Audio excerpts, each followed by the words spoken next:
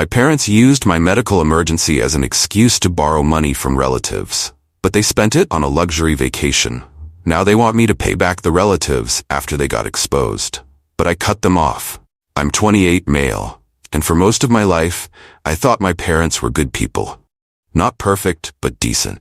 My dad worked hard in construction, my mom did part-time work at a diner, and they raised me and my younger sister S.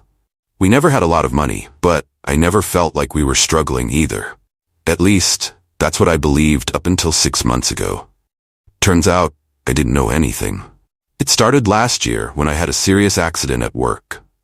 I fell from a scaffold onto concrete, breaking my leg and cracking a rib.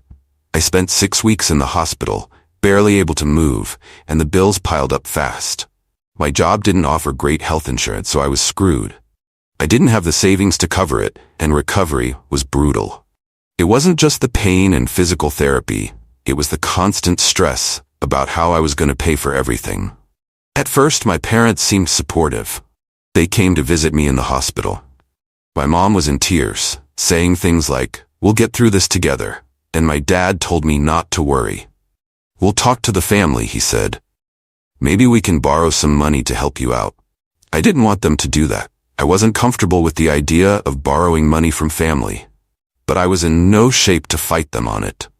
I trusted them. A few months went by, and I was slowly getting back on my feet. I had a lot of hospital bills, but I was managing.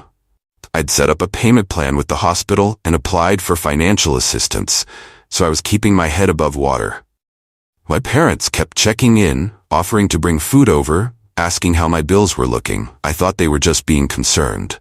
I had no idea what they were really up to. Then I got a call from my aunt, Elle. She sounded worried, asking me how I was doing and if everything was okay with my medical bills. I remember frowning, not understanding why she was asking.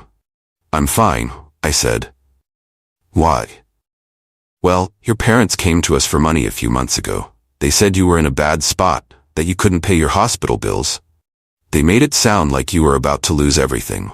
They borrowed a lot." I was stunned. "What? I didn't ask them to do that. They said it was for your bills, They made it sound like you were desperate." After that call, I started digging. I called a few other relatives and I heard the same story from everyone. My parents had gone around to different family members, telling them I was drowning in medical debt. Some relatives gave a few $100s, some gave thousands.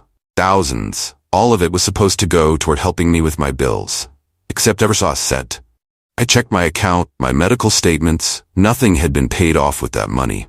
I started getting sick to my stomach, wondering what the hell they'd done with it. That's when I found out through my sister's social media. My parents had taken a luxury vacation. A 2-week Mediterranean cruise.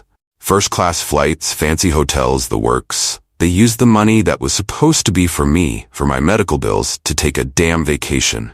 I was so angry, I thought I was going to explode. I couldn't believe it. My own parents had lied to the entire family, stolen money meant for me, and then spent it on themselves. I was furious, but more than that, I felt betrayed. These were the people who raised me, who I thought were looking out for me. I couldn't wrap my head around it. I went straight to their house. I had to hear their explanation, even though I knew there wasn't going to be a good one. My dad answered the door, all casual, like nothing was wrong. I didn't even sit down. "I know what you did," I said, my voice tight. "You took money from the family, money that was supposed to be for my medical bills." He didn't even blink. "Yeah, we borrowed some money. We needed it." "You needed it? That money was supposed to be for me, for my hospital bills." "We've done a lot for you," my mom chimed in, walking into the room like she wasn't guilty of anything. "We've worked our whole lives to give you a good life. We needed a break. You don't know how hard it's been for us." I just stood there, dumbfounded. "You took money from our family, you lied to them, you told them I needed it for my hospital bills, and you spent it on a vacation." My dad shrugged. "We deserved it. After everything we've done for you, we deserved a little time away." "You deserved it? Are you kidding me right now? You stole from them. You stole from me." My mom crossed her arms, her face hardening. "We raised you, We've sacrificed more than you know. You're being selfish. You wouldn't even have those bills if it wasn't for us supporting you all these years." That was it. That was the moment I knew I was done with them. I walked out of that house, barely able to keep it together. I couldn't believe the level of entitlement, the way they twisted everything around to make themselves the victims. They stole thousands of dollars and made it seem like I was the one in the wrong. But it didn't end there. Oh no. My aunt and the rest of the family started finding out about the vacation, and then the phone calls started. Not to my parents, to me. We lent your parents money for you. When are you going to pay us back?" I was floored. "Pay you back? I didn't borrow anything. They said it was for your bills, and now we hear they went on vacation with it. You need to fix this. I didn't ask them to borrow that money. I didn't even know they did." "I don't care. We lent that money for you. You need to pay it back." One by one, family members came after me, demanding I pay them back for the money my parents stole. And my parents? They didn't even try to make it right. They turned it all on me, telling everyone that I was being ungrateful, that I was refusing to help them out when they'd done so much for me.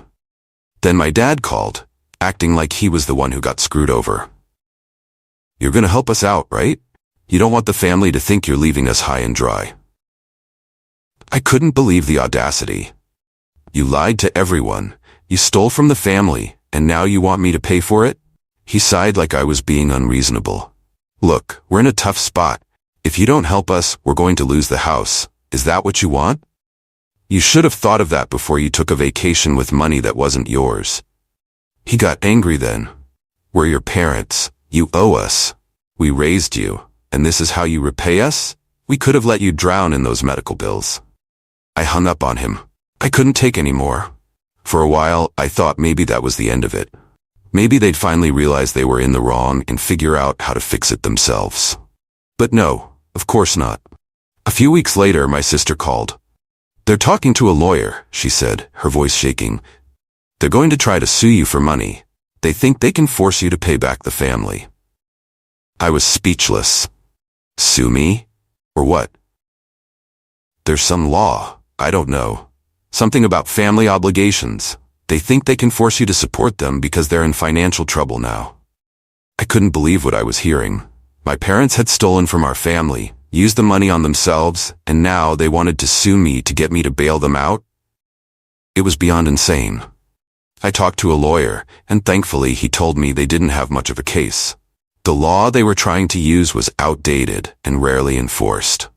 Plus, the fact that they had taken a luxury vacation with the money would work against them.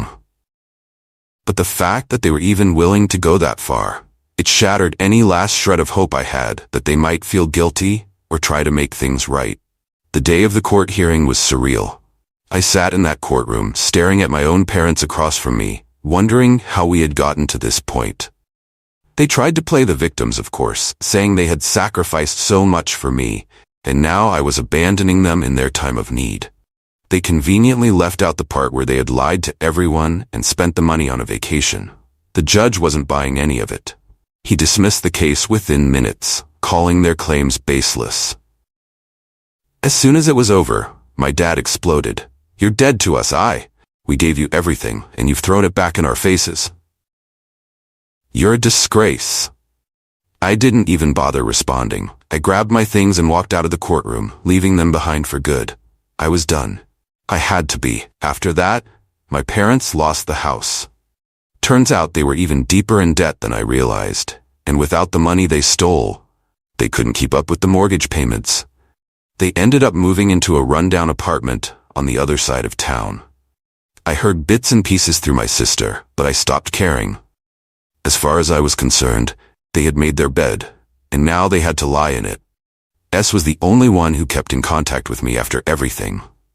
She was caught in the middle, but I didn't blame her. She had been manipulated by them, just like I had. She called me a few weeks after the court case, sounding upset. I just wanted to say I'm sorry," she said, her voice thick with emotion. "I should have said something earlier.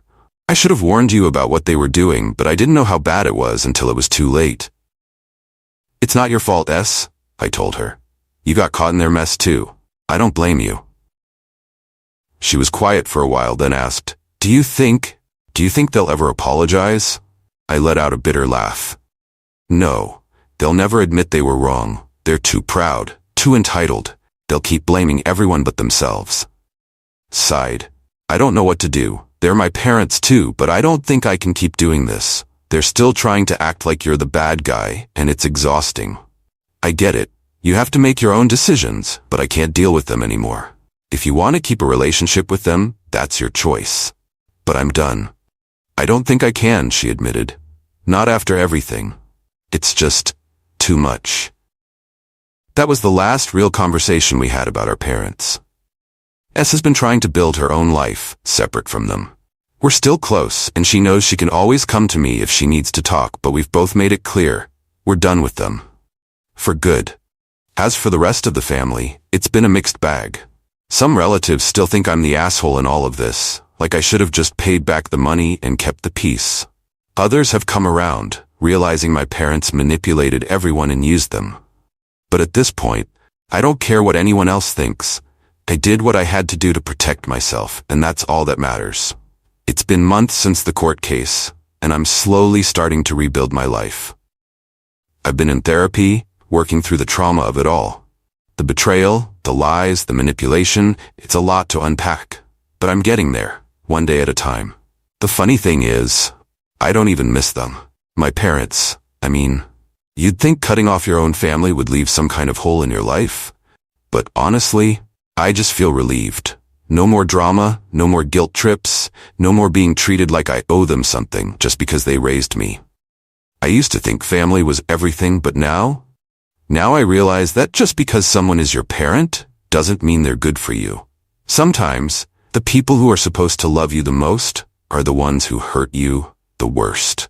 And when that happens, you have to make a choice. You can either keep letting them drag you down, or you can cut them out and move on with your life. I chose to move on. So yeah, that's my story. If you've got family drama of your own, or you've had to cut off toxic parents, hit that subscribe button. Misery loves company, right?